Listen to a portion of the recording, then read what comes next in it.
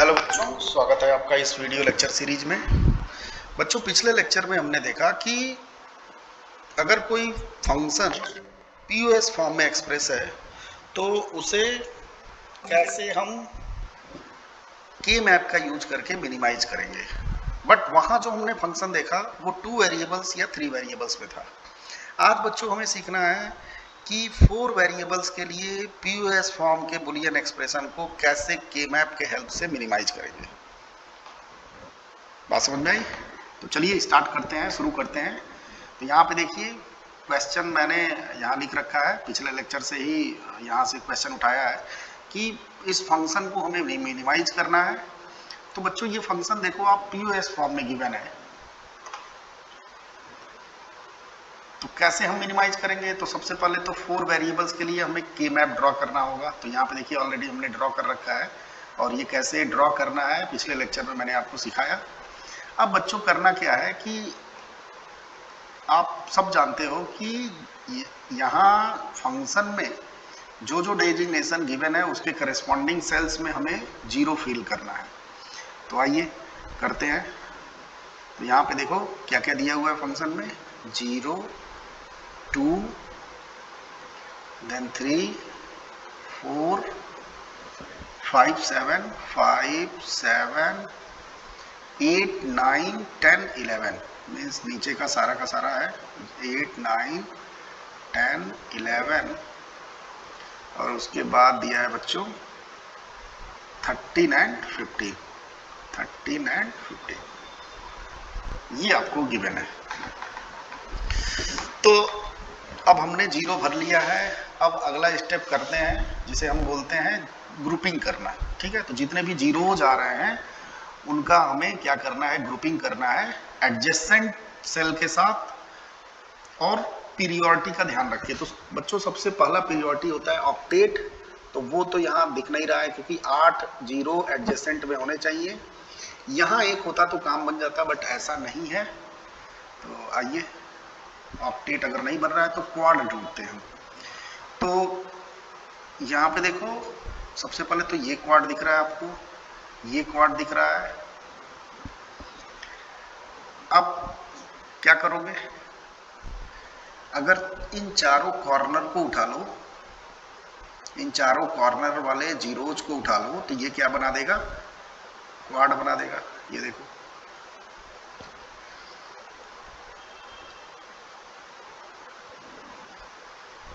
बात समझ में आई? ये छूट रहा है 0, तो इसका हमें क्या करना है, पेयर बनाना है, क्योंकि क्वाड तो कहीं से दिख नहीं रहा है कि ये बनाएगा। अब ये भी छूट रहा है बच्चों, तो ये क्या हो जाएगा, क्वाड बना लेगा। ठीक है, तो आई होप सारे जीरोज का हमने मैपिंग कर दिया है, ग्रुपिंग कर दिया है। और देखिए ये बहुत हौच पौच हो गया। तो एक काम करो, जो आखिरी स्टेप्स था याद है ना आपको, रिमूव रिडंडेंट टर्म, उसको जरा आप इसमें चेक कर लो, कहीं ऐसा तो नहीं है किसी जीरो का जबरदस्ती ग्रुपिंग किया है। तो करना क्या था, उसमें एक एक ग्रुप को रिमूव करना था। और रिमूव करके हम चेक कर रहे थे। तो सबसे पहले इस क्वाड को हटाएंगे तो ये वाला छूटेगा, कॉर्नर वाले को हटाएंगे तो ये सब छूट जाएंगे, इसको हटाएंगे तो ये वाला देखो बच्चों छूट जाएगा, बीच वाले को हटाएंगे तो ये 0 छूट जाएगा, इस पेयर को हटाएंगे तो ये छूट जाएगा। तो हमें हटाना नहीं है किसी को, ठीक है, क्योंकि किसी भी ग्रुप को हम यहाँ से रिमूव करेंगे कोई ना कोई 0 छूट जा रहा है। बात समझ में? तो ये तो हो गया ग्रुपिंग की बात। अब बारी है बच्चों मिनिमाइज टर्म को लिखने की। तो आइए लिखते हैं। तो सबसे पहले स्क्वाड के लिए आप बताओ क्या होगा। तो इधर से देखो क्या कॉमन है, ए बार प्लस बी, तो इसमें कोई दिक्कत नहीं, ए बार प्लस बी। कॉर्नर वाले के लिए लिख लो, तो इस कॉर्नर वाले के लिए क्या हो जाएगा, उसको आप यहाँ पे लिख लो। आप देखो इधर से कॉमन है बी और ऊपर से कॉमन है डी, तो बी प्लस डी। बीच वाले के लिए लिखेंगे हम, तो बीच वाले के लिए आप यहाँ लिख लो। तो बीच वाले के लिए इधर से देखो बी बार कॉमन आ रहा है, ऊपर से डी बार कॉमन आ रहा है, तो B bar plus D bar. इस वाले क्वाड के लिए यहाँ लिखते हैं, बताओ क्या होगा। तो इसमें तो साफ साफ दिख रहा है सी बार प्लस डी बार। बच गया ये पेयर, तो पेयर वाले के लिए लिखते हैं बच्चों। तो पेयर वाले के लिए क्या लिखोगे आप, ए प्लस बी बार और ऊपर से है सी कॉमन, तो ए प्लस बी बार प्लस सी। बात समझ में? अब क्या करना है, जितने भी यहाँ टर्म आए उनका प्रोडक्ट करना है। तो आइए लिखते हैं सबका प्रोडक्ट। तो फाइनल आंसर हमारा आएगा A plus B bar plus C dot B bar plus D bar dot A bar plus B dot, इधर के तीनों हो गए, दो इधर के, B plus D dot C bar plus D bar. ये मिनिमाइज्ड एक्सप्रेशन आ जाएगा यहाँ पर। ठीक है, बात समझ में बच्चों? तो ये तो हो गया क्वेश्चन नंबर 5। अब आते हैं क्वेश्चन नंबर 6 पे। तो क्वेश्चन नंबर 6 में सबसे पहले तो इन डेजिग्नेशन के करस्पॉन्डिंग हमें जीरो फिल करना है। तो एक काम करते हैं, इसकी मैप को थोड़ा सा ऊपर कर लेते हैं।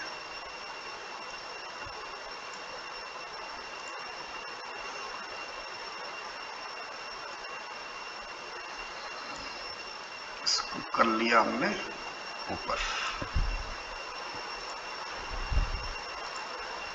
चलिए अब भरते हैं इसमें जीरो।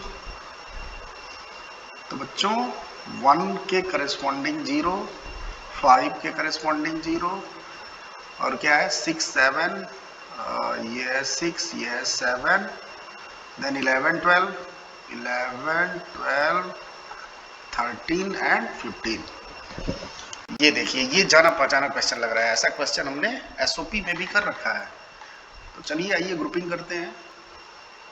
ये बना क्वाड, ये बना पेयर, ये बना पेयर, ये बना पेयर, ये बना भी पेयर।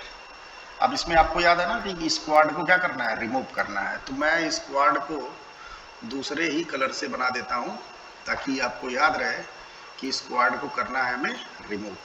ठीक है, तो ये लीजिए, मैं इसको दूसरे कलर से बना दिया। ठीक है, तो ये हमारे लिए क्या होगा बच्चों, रिडंडेंट टर्म होगा। आइए अब हम लिखते हैं एक एक एक्सप्रेशन का, सॉरी एक एक ग्रुप के लिए टर्म को। तो 4 ही ग्रुप हमें लेने हैं क्योंकि एक को हमें रिमूव करना है। आइए इसके लिए लिखते हैं। तो इसके लिए इधर से ए बार प्लस बी बार, ऊपर से होगा सी, तो ए bar plus B bar plus सी। इस वाले के लिए लिखो, इधर से बच्चों देखो ए बार कॉमन है और ऊपर हो गया सी बार प्लस डी बार। इसके लिए आइए लिखते हैं। तो इधर से हो गया ए प्लस बी बार और ऊपर से हो गया बच्चों सी बार। आइए इसके लिए लिखते हैं। तो इधर से कॉमन देखो ए दिख रहा है और ऊपर से सी प्लस डी बार। अब हमें क्या करना है, सबका प्रोडक्ट करना है। तो F इज इक्वल टू, ऊपर वाले को लिखते हैं सबसे पहले, A plus C plus D bar, A plus C plus D bar dot A plus B bar plus C bar. और यहाँ बच्चों 2 टर्म और है, तो dot A bar plus B bar plus C, then A bar plus C bar plus D bar. बात समझ में आई? तो this is the final minimised expression of this question. ठीक है, चलिए अगले क्वेश्चन को सॉल्व करते हैं। तो खुद ट्राई कीजिए पहले, फिर देखो आप कर पा रहे हो कि नहीं। तो अगला क्वेश्चन मैं यहाँ पे कॉपी कर लिया। यहाँ देखिए मैंने 4 वेरिएबल्स का पीओएस फॉर्म का की मैप ड्रॉ कर रखा है। अब इन डेजिग्नेशन के करस्पॉन्डिंग हमें फिल करना है 0। तो कहाँ कहाँ पे है बच्चों, 3 पे, 4 पे, 6, 7, 9, देन 11, 12, 14 एंड 15। ठीक है, चलिए अब करते हैं हम मैपिंग। तो कैसे करोगे मैपिंग? तो सबसे पहले तो यहाँ पे देखो, आपको एक क्वाड यहाँ दिख रहा है और दूसरा क्वाड यहाँ पे दिख रहा है। ठीक, तो क्वाड आपको साफ साफ दिख रहे हैं। अब बच्चों इसका क्या करना है, इसका बनाते हैं हम पेयर, क्योंकि और कुछ तो ऑप्शन दिख नहीं रहा है। कोई भी एडजेसेंट में क्वाड बनाने के लिए जीरोज है नहीं यहाँ पे, तो इसका मजबूरी में हमें क्या बनाना पड़ेगा, पेयर बनाना पड़ेगा। ठीक है, इन दोनों वन का क्या करोगे आप? तो इनका ऐसा नहीं कि पेयर आपको करना है, इन दोनों जीरोज का ये जीरो एडजेसेंट है, तो इस दोनों का इन दोनों के साथ क्या करना है बच्चों, क्वाड बनाना है। अब यहां देखिए आखिरी वाला टर्म, सॉरी आखिरी वाला स्टेप, रिमूव रिडंडेंट टर्म। ठीक है, तो उसको जरा अप्लाई करो। तो रिमूव रिडंडेंट टर्म को इसको तो हटाना नहीं है क्योंकि ये छूट रहा है, पेयर भी नहीं हटाएंगे, इस क्वाड को भी नहीं हटाएंगे क्योंकि ये छूट जाएगा। भाई ये वाला क्वाड जब हटाओगे तो ये वाला छूट जाएगा। ये वाला देखो, इस क्वाड को देखो, इसको रिमूव करके जरा चेक करते हैं। इसको हमने कर दिया रिमूव, स्क्वाड को हमने रिमूव किया और रिमूव करने के बाद ऑब्जर्व किया हमने कि किसी जीरो का नुकसान शायद नहीं हुआ है। ये देखो, क्या किसी जीरो का नुकसान हुआ? नहीं। तो हमें ये वाला क्या करना है, रिमूव कर देना है। ठीक है बच्चों, तो मैं इसको थोड़ा सा हल्के कलर से बनाता हूं और आपको याद रहे कि इसे आपको रिमूव करना है ना।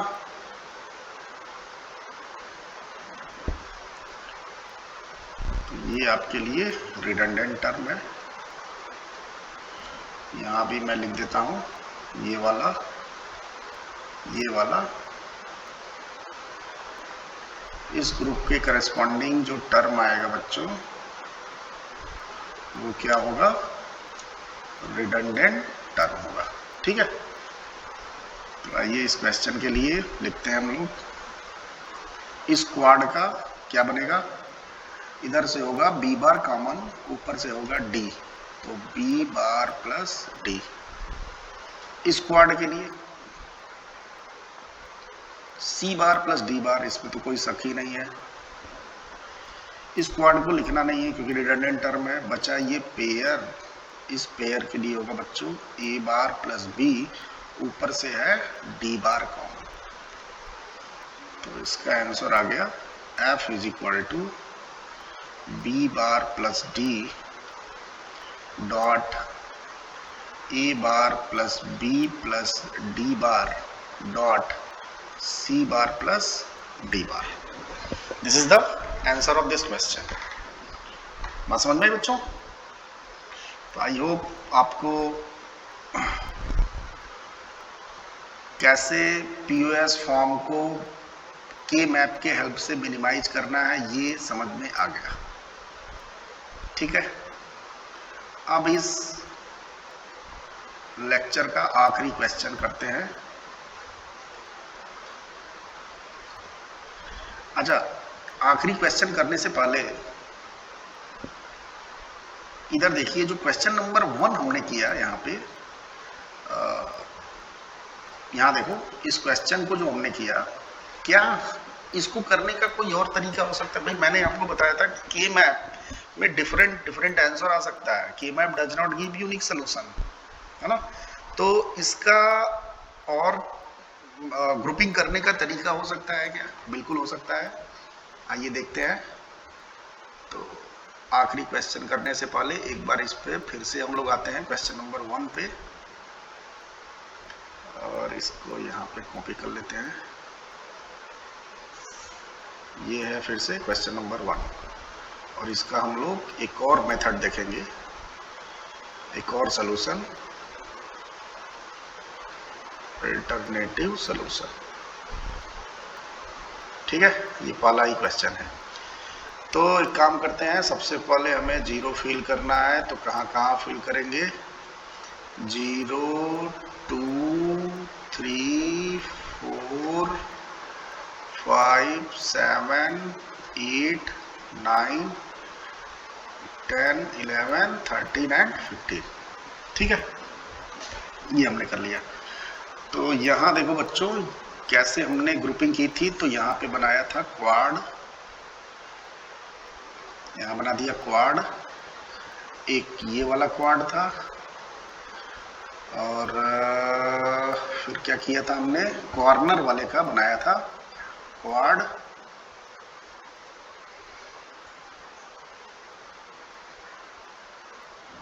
यहाँ तक तो सही था। इसका हमने बनाया था पेयर। ठीक है, अब इसका हमने क्या किया था, क्वाड बनाया था ऐसे, याद है आपको? आप इसका ऐसे भी क्वाड बना सकते हैं। इन दोनों 1 का एडजेसेंट ये होगा बच्चों, इन दोनों का एडजेसेंट ये होगा। ठीक है, तो आप इन दोनों 1 को इन दोनों 1 के साथ ग्रुप करके क्वाड बना सकते हो। बात समझ में आई? तो क्वेश्चन नंबर 1 को दूसरे तरीके से भी हम कर सकते हैं सॉल्व, जैसा कि मैंने अभी बताया, और इसके करस्पॉन्डिंग जो एक्सप्रेशन आएगा, जो आंसर आएगा, वो पहले वाले सॉल्यूशन से अलग आएगा। ठीक है, और के मैप में आपने पढ़ा है कि यूनिक सॉल्यूशन नहीं देता है ना? चलिए बच्चों आते हैं अगले क्वेश्चन पे, और यहाँ पे देखिए क्वेश्चन में फंक्शन गिवन है, कॉपी कर लिया मैंने। तो आपको इसको के मैप से करना है मिनिमाइज। तो आप देख रहे हैं फंक्शन पीओएस में गिवन है, और इन डेजिग्नेशन के करस्पॉन्डिंग आपको पीओएस के मैप में 0 फिल करना है। तो आइए करते हैं, 3 4 6 then 7 9 11 12 14 और आखिरी में 15। ठीक है, तो ये तो हमने 0 कर दिया। अब करते हैं बच्चों मैपिंग। तो मैपिंग कैसे करोगे? ऑक्टेट दिख नहीं रहा है, क्वाड दिख रहा है। तो सबसे पहले आप यहाँ देख लो, ये वाला क्वाड है, यहाँ एक क्वाड दिख रहा है। इन दोनों 1 0 का क्या करना है? तो ये भी बच्चों क्या बनाएगा? क्वाड बनाएगा। पेयर मत बना देना गलती से। कैसे बनाएगा क्वाड? ये 2 1 का ये 2 1 एडजेसेंट है, और इसका क्या करना है? इसका बनाना है पेयर, और कोई ऑप्शन नहीं है। ठीक है, अब हम लिखते हैं एक एक ग्रुप के करस्पॉन्डिंग टर्म को। तो इसका क्या होगा बच्चों? सी बार प्लस डी बार, इसमें कोई दिक्कत नहीं। इस वाले क्वाड के लिए इधर से हो गया बी बार, ऊपर से हो गया सी बार, तो बी बार प्लस सी बार।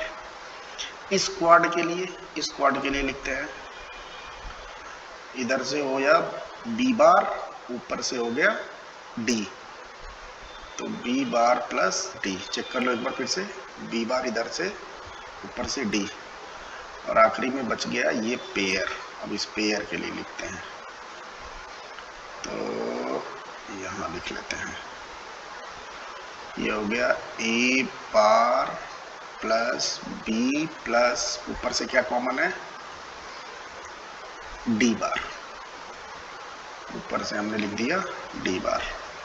अब सबका हमें क्या करना है? प्रोडक्ट करना है। तो पहले इसी को लिख लेते हैं, A bar plus B plus D bar dot B bar plus D dot C bar plus D bar dot B bar plus C bar. बात समझ में आई बच्चों? तो ये क्वेश्चन नंबर 7 का आंसर। अब हम लोग आते हैं आखिरी क्वेश्चन पे। आखिरी क्वेश्चन थोड़ा हटके है, क्योंकि अब तक के क्वेश्चन में हमें डायरेक्टली पूछ रहा था कि minimize the following expression using K map, but ये क्वेश्चन थोड़ा अलग तरीके से आपको पूछ रहा है। करना आपको वही है जो अब तक करते आए हैं, बट उसको कैसे हम क्वेश्चन को पढ़ के प्रेडिक्ट करेंगे, कैसे हम समझेंगे कि हमें के मैप से इसको मिनिमाइज करना है। ठीक है, तो पढ़िए क्वेश्चन को, खुद चिंतन कीजिए, खुद सोचिए। तो यहाँ पे देखिए बच्चों, दिया है क्वेश्चन में कि convert the following Boolean function from SOP. ये जो फंक्शन दिया है बच्चों, ये किस में दिया है? एसओपी में दिया है, और बोल रहा है कि इस एसओपी फंक्शन को सिंप्लीफाइड पीओएस में कन्वर्ट करना है। भाई एसओपी का पीओएस में कन्वर्जन सीखे हो, लेकिन सिंप्लीफाइड पीओएस में कन्वर्जन नहीं सीखा है मैंने। तो करना क्या है आप एक काम करना, पहले एसओपी को पीओएस में चेंज कर देना और देन उसको सिंप्लीफाई कर देना। ठीक है, तो आपके पास सिंप्लीफाइड पीओएस आ जाएगा। बात समझ में आई? और इसको आप सिंप्लीफाई करोगे के मैप से, क्योंकि 4 वेरिएबल को आप बुलियन एक्सप्रेशन से नहीं कर सकते हो मिनिमाइज, थोड़ा कॉम्प्लिकेटेड हो जाएगा। तो जाहिर सी बात है कि हमें के मैप का यूज करना पड़ेगा। बात समझ में आई बच्चों? तो चलिए आइए करते हैं ये पूरा प्रोसीजर। तो सबसे पहले हमें 4 वेरिएबल्स के लिए के मैप को ड्रॉ करना पड़ेगा। तो ये देखिए हमने के मैप यहाँ पे ड्रॉ कर दिया 4 वेरिएबल्स के लिए। ठीक है, अब ये जो फंक्शन दिया है ये एसओपी में दिया है, मीन्स इस फंक्शन के करस्पॉन्डिंग क्या आएगा? 1 आएगा। इस सॉरी, ये जो डेजिग्नेशन है इनके करस्पॉन्डिंग जो सेल्स है वहां पे क्या आएंगे? 1 आएंगे। मीन्स 0 पे 1 आएगा, 1 पे 1 आएगा, 2 पे आएगा, देन 5, देन 8 कहाँ गया? ये है 8, 10 और आखिरी में है 13। अब बच्चों जो सेल्स खाली हैं उन सेल्स में जाहिर सी बात है क्या आएगा? 0 आएगा, क्योंकि आपने पढ़ रखा है कि अगर इन जगहों पे 1 आ रहा है तो बाकी जगहों पे क्या आएगा? इसमें जो प्रेजेंट नहीं है डेजिग्नेशन, उन सेल्स के करस्पॉन्डिंग क्या आएगा? 0 आएगा। तो जो सेल्स खाली है उनमें 0 भर दो। ये 0, ये 0, ये 0, ये 0, यहाँ 0, यहाँ 0, यहाँ 0, यहाँ और यहाँ। बात समझ में आई? अब आपको क्या करना है? ग्रुपिंग करनी है, किसकी? 1 की नहीं, 0 की ग्रुपिंग करनी है, क्योंकि आपको सिंप्लीफाइड पीओएस में चेंज करना है ना। तो चलिए आइए करते हैं 0 की ग्रुपिंग। मेरे ख्याल से ये वही क्वेश्चन है जो अभी हमने थोड़ी देर पहले किया था। ये देखिए, हाँ बिल्कुल वही है क्वेश्चन। तो आइए फिर से एक बार कंटिन्यू कर लेते हैं इसको। ये कर लिया, एक बार फिर से रिपीट करते हैं इसको। क्वाड, यहाँ भी बच्चों बन गया क्वाड, और यहाँ भी हमने बना लिया क्वाड। भाई पिछला ही क्वेश्चन है, बिल्कुल सेम,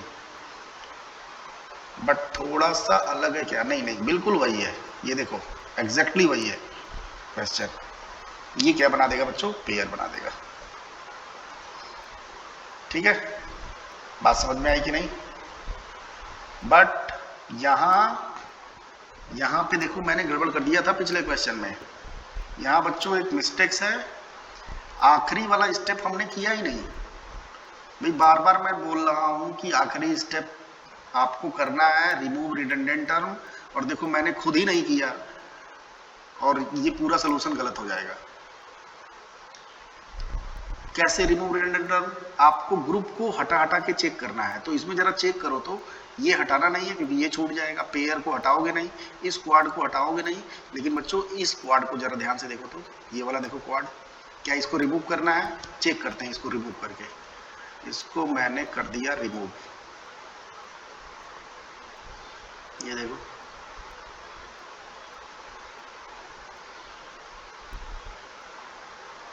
क्या इसको रिमूव करने से किसी 0 का नुकसान हुआ? नहीं। इसका मतलब हमें इसको क्या करना है बच्चों? रिमूव करना है। बात समझ में आई? तो इस ग्रुप के करस्पॉन्डिंग जो टर्म आया है वो क्या होगा, ये जो टर्म आया है ये क्या होगा बच्चों, रिडंडेंट टर्म होगा। बात समझ में आई कि नहीं? ये वाला जो टर्म होगा वो क्या होगा, रिडंडेंट टर्म। तो हमारे आंसर से ये गायब हो जाएगा। ठीक है, तो आप एक काम करो, इसको उड़ा दो अपने आंसर से। बी बार प्लस सी बार को। ठीक है, देखा आपने कैसे मैंने गलती को पकड़ लिया और गलती हुआ कैसे। और मैं सोचा था कि यही मेरा सही आंसर है, जबकि ये क्या है, गलत है। एक टर्म को रिमूव करना है, इसमें एक टर्म रिडंडेंट टर्म है, तो इस चीज़ का बच्चों ध्यान होना चाहिए। तो एग्जैक्टली यहाँ भी आपको इस वाले ग्रुप को रिमूव करना पड़ेगा और बच्चों इसका आंसर वही आएगा जो पिछले क्वेश्चन का आया। ठीक है, तो पिछले क्वेश्चन का आंसर सीधे सीधे हम लोग करते हैं कॉपी और यहाँ उसको टेप देते हैं, क्योंकि ऑलरेडी मैंने बता रखा है कि कैसे आया है। बात समझ में आई? तो देखा आप लोगों ने कि इस क्वेश्चन को पढ़ने के बाद मुझे समझ में आ गया कि इस फंक्शन को पीयूएस में करके उसे क्यूमैप से क्या करना है, मिनिमाइज करना है। बात समझ में आई बच्चों? तो आई होप आपको इस लेक्चर के हर एक क्वेश्चन अच्छे तरीके से समझ में आ गए। किसी क्वेश्चन में किसी भी प्रकार का कोई डाउट्स नहीं है। कुछ क्वेश्चंस में मैंने खुद ही मिस्टेक्स किया, क्या मिस्टेक्स हुआ वो मैंने आपको बताया। उस मिस्टेक्स को हम कैसे सॉर्ट आउट करेंगे वो भी आपको मैंने बताया। तो उस चीज़ का बच्चों आप ध्यान रखोगे एग्ज़ाम में, क्योंकि एग्ज़ाम में प्रेशर होता है और प्रेशर में हम चीज़ों को गलत कर देते हैं और बाद में जब एग्जामिनेशन हॉल से बाहर निकलते हैं और हमें सही चीज़ का पता चलता है तो बहुत ही दुख होता है। ठीक है, तो आपको एग्ज़ाम में बहुत ही कंसंट्रेट होकर करना है। आखिरी वाला स्टेप, इसमें यही गलती होता है, आखिरी वाला स्टेप वही करने में गड़बड़ी हो जाता है। क्योंकि ग्रुपिंग का तो प्रैक्टिस कर लेते हो तुम लोग, ग्रुपिंग वो बहुत अच्छे से आ जाता है, लेकिन जो ज़बरदस्ती वाला ग्रुपिंग है वो गड़बड़ा देता है मामला। तो आखिरी वाला स्टेप बच्चों जरूर आप करना। तो इस लेक्चर के लिए बस इतना ही। बहुत बहुत धन्यवाद आपका। जय हिंद, जय भारत।